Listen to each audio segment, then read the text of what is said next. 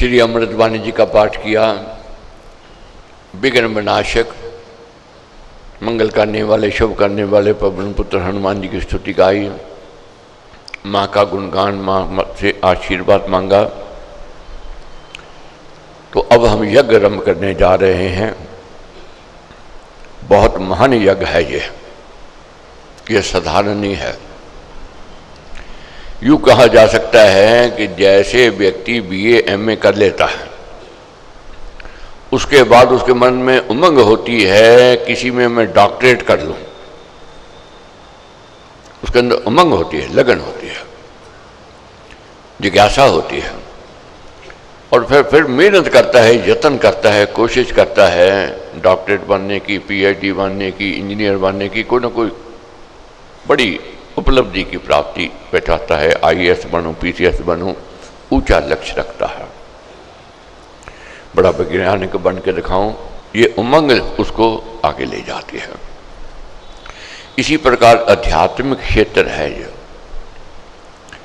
ग्रंथ हैं, ज्ञान देते हैं, मगर ये श्रीमद् भगवत गीता जी एक ऐसा ग्रंथ है, ये साधारण नहीं, असाधारण है, कठिन है, मुश्किल है, मगर ज्ञान से भरपूर है। ये हर एक का विषय नहीं है, क्योंकि इसमें कोई कथा कहानी नहीं है, कोई गीत संगीत नहीं है। मगर कौन से गीत सुनाए हैं भगवान श्री कृष्ण ने अर्जुन को, जो जीवन में उज्ज्वलता लेकर के आते हैं, जीवन में प्रकाश लेकर के आते हैं। कितना भी व्यक्ति निराशा में क्यों ना हो, कितना भी उदासीनता में क्यों ना हो, कितना भी मन से, परिवार से क्यों हार ना गया हो व्यक्ति, ये ऐसा ग्रंथ है, ये ऐसे गीत प्रभु ने सुनाए हैं। जीने की चाहना आती है, जीने की खुशी होती है, और कुछ बनने की, कुछ करके दिखाने की उमंग पैदा होती है। और ये ऐसा ग्रंथ है, किसी भी उलझन में व्यक्ति क्यों ना हो, किसी बात का समाधान का न दिखाई ना देता हो, उलझन से ये निकालता है और समाधान का कोई रास्ता बताता है। जैसे हारमोनियम में 7 स्वर हैं, कोई भी गीत आप गा सकते हो। 700 श्लोक हैं, ये 18 अध्याय हैं। कोई भी मन का प्रश्न है, उस प्रश्न का उत्तर मिलेगा। मैंने फिर दोहरानी है बात, ये तपस्या से ही ज्ञान प्राप्त हो सकता है। बिना तप के, बिना तपस्या के ये ज्ञान प्राप्त नहीं हो सकता है। बहुत लोग कहते हैं कि ये कठिन है, मुश्किल है, ठीक है, मगर श्री स्वामी जी महाराज का ये भी साथ में कहना है, 3-4 बार इसका अध्ययन कर लो, फिर गीता खुद बोलती है। आपके पूर्व जन्म के संस्कार भी जागृत हो जाएंगे। आप देखोगे इन दिनों जब पढ़ोगे, बहुत ऐसी बातें हैं जो जीवन में हमने पढ़ी नहीं, हमने सुनी नहीं, मगर जब हम पढ़ेंगे या सुनेंगे, ऐसा प्रतीत होगा कि मैंने कहीं पढ़ा है, मैंने कहीं सुना है। ये क्यों? ये पूर्व जन्म के संस्कार जागृत हो जाएंगे। भगवान ने कहा है श्रीमद् भगवत गीता में कि अर्जुन, किसी व्यक्ति के पुण्य कर्म व्यर्थ नहीं जाते हैं,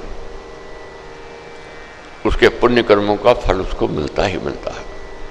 हो सकता है इस जन्म में व्यक्ति अपने लक्ष्य मोक्ष की और मुक्ति की ओर ना जा सके, पहुंच सके, और ऐसे व्यक्ति को जो जिज्ञासु है, जो मोक्ष की ओर बढ़ना चाहता है, मैं उसको फिर सुअवसर देता हूँ, फिर जन्म देता हूँ, ताकि अपने अधूरे कार्य को पूर्ण कर ले। हो सकता हम भी उन्हीं में से एक हों। पिछले जीवन में हम अपने लक्ष्य तक नहीं पहुँच सके, आज फिर आगे बढ़ने के यत्न प्रयत्न करेंगे। इसकी पहचान क्या है? प्रभु कहते मैं उनको उन परिवारों में जन्म देता हूँ जहाँ आस्तिक भावना होती है, उत्तम विचारधारा होती है, जहाँ धन की कमी नहीं, अन्न की कमी नहीं, अच्छा देश, अच्छा प्रांत, अच्छा परिवार उस व्यक्ति को मिलता है। तो आत्मचिंतन करोगे, अच्छा देश, अच्छा प्रांत और अच्छा परिवार हमें मिला है, और करने वाले हमें गुरु संत मिले हैं। ये पूर्व जन्म की कमाई है। तो अब पूर्व जन्म की कमाई को आगे लेकर के हमें आगे बढ़ना है, सीखना है। हो सकता है नींद भी आवे, क्यों? कठिन विषय है, इसको ड्राई सब्जेक्ट भी कह सकते हैं। मगर एक बार मन लग गया इसमें, एक बार रुचि हो गई, फिर आप कहोगे और क्या है, आगे क्या है। जब ये भाव आ गए कि मेरे प्रश्न हैं और मेरे प्रश्नों का प्रभु उत्तर दे रहे हैं, बस समझो बेड़ा पार है। तो हमने मन को लगाना है, एक एक शब्द को खुद पढ़ना है, समझना है। थोड़ा पढ़ेंगे, अधिक मनन करेंगे। समय किसी के पास नहीं, मैं भी जानता हूं, मगर ये समझना ये भी है कि मात पिता बांधव सुधारा, धन जन साजन सखा प्यारा, अंतकाल दे सके न सहारा, राम नाम तेरा तारण हारा। जिनके लिए मर रहे हैं, कोल्हू की बैल की तरह लगे हुए हैं, अंत साथ देने वाले नहीं है। ठीक, अपनी ड्यूटी करनी है। राम राम भज कर श्री राम करिए नित्य उत्तम काम, जितने कर्तव्य कर्म को लाभ करिए राम राम कर जाओ। ड्यूटी तो करनी है, मगर ये भी सोचना है कि मैं कौन हूं और मेरा कौन है। ये भी सोचना है कि ये मैं कोठी बंगले जो जमीन जायदाद बना रहा हूं, क्या मेरे साथ जावेगी? उत्तर मिलेगा नहीं जावेगी। तो फिर क्या जावेगा? पाथे साथ नाम ले जाइए, हमारे शुभ कर्म हमारे साथ जावेंगे। बहुत किया अपनों का और बहुत करेंगे भी, मगर अपना भी करना है, अपने लिए भी कुछ इकट्ठा करना है। इसलिए मैं भी कोशिश करूंगा इन दिनों, और आप भी यत्न करेंगे, प्रयत्न करेंगे सीखने की, जानने की, समझने की जो उपदेश दिए हैं। और ज्ञान एक ऐसी शक्ति है, पापियों से भी बड़ा पापी क्यों ना हो गया। जैसे अग्नि में डाल दो कुछ भी वस्तु, अग्नि राख कर देती है उसको, अग्नि शुद्ध कर देती है उसको, अग्नि पवित्र कर देती है उसको। कितने भी जीवन में हमने गलतियां की हों, पाप अपराध हो गए हों, क्योंकि मन में सोच आ जाती है कि मैंने पाप किए हैं, मैंने अपराध किया है, मैंने अन्याय किया है, क्या मेरी मुक्ति हो सकती है, क्या मोक्ष मिल सकता है, क्या मेरे जीवन में सुधार हो सकता है। महाराज कहते जहां से जागो वहीं से सवेरा। भूल जाओ पीछे क्या किया, क्या हुआ, कैसे हुआ।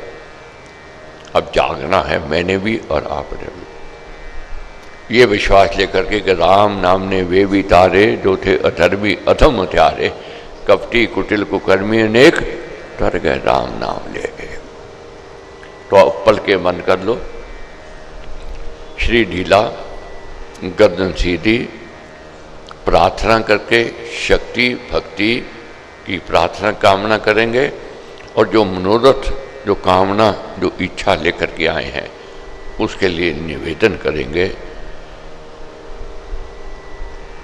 हे परमपिता परमेश्वर, परम पूजनीय श्री स्वामी जी महाराज, परम पूजनीय श्री पिताजी महाराज, हम सब मिलकर के महान यज्ञ करने जा रहे हैं।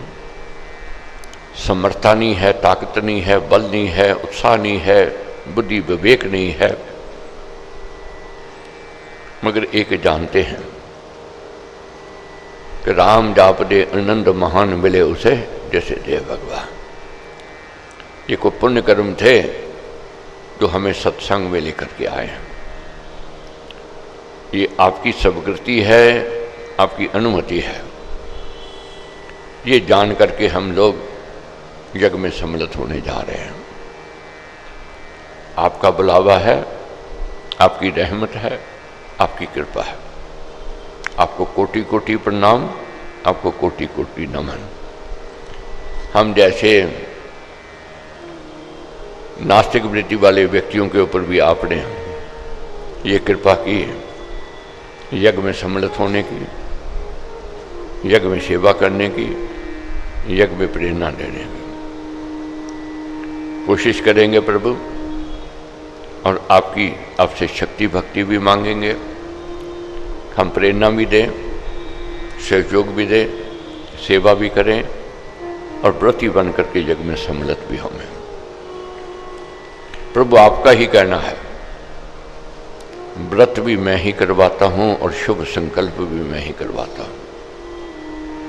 तो ये व्रत है, जो ये शुभ संकल्प है, ये हमारा नहीं है, आपका है, दिया हुआ है। और आपका ही कहना है प्रभु, ऐसे शुभ संकल्प को, शुभ व्रत को मैं ही पूर्ण करवाता हूं। आपने ही पूर्ण करवाना है। निर्विघ्न ये यज्ञ आरंभ होवे और निर्विघ्न ही ये यज्ञ संपन्न होवे। हम लोग गृहस्थी हैं, कोई ना कोई पीड़ा है, कोई ना कोई दर्द है, कोई ना कोई चिंता है। जैसे अर्जुन विषाद में थे, दुख में थे, पीड़ा में थे, निराशा में, उदासीनता में थे, इसी प्रकार हमारी स्थिति है प्रभु। जैसे अर्जुन को आपने अपना माना, उसी प्रकार प्रभु हम भी निवेदन करते हैं, आपने हमें अपना माना है। जैसे अर्जुन की गलतियों को आपने क्षमा किया, ऐसे ही प्रभु आपने हमारी गलतियों को क्षमा किया। जैसे बार बार प्रश्न पूछने पर आपने उसको बार बार ज्ञान दिया, उपदेश दिया, उसी प्रकार हमारी भी इच्छा है, हमें भी उसी प्रकार ज्ञान दो, हमें भी ज्ञान का प्रकाश दो। हे परमपिता परमेश्वर, आपकी शक्ति अनंत है, आपकी कृपा अनंत है। महाराज का कहना है कि युग युग का है राम से हेला, राम भक्त नहीं रहे अकेला। और मुझे भरोसा राम तुम दे अपना अनमोल, रहूं मस्त निश्चिंत में कभी ना जाऊं तो। व्रतियों के व्रत पूर्ण हों, व्रतियों के मनोरथ पूर्ण हों, ये प्रार्थना है प्रभु। स्वीकार करिए, स्वीकार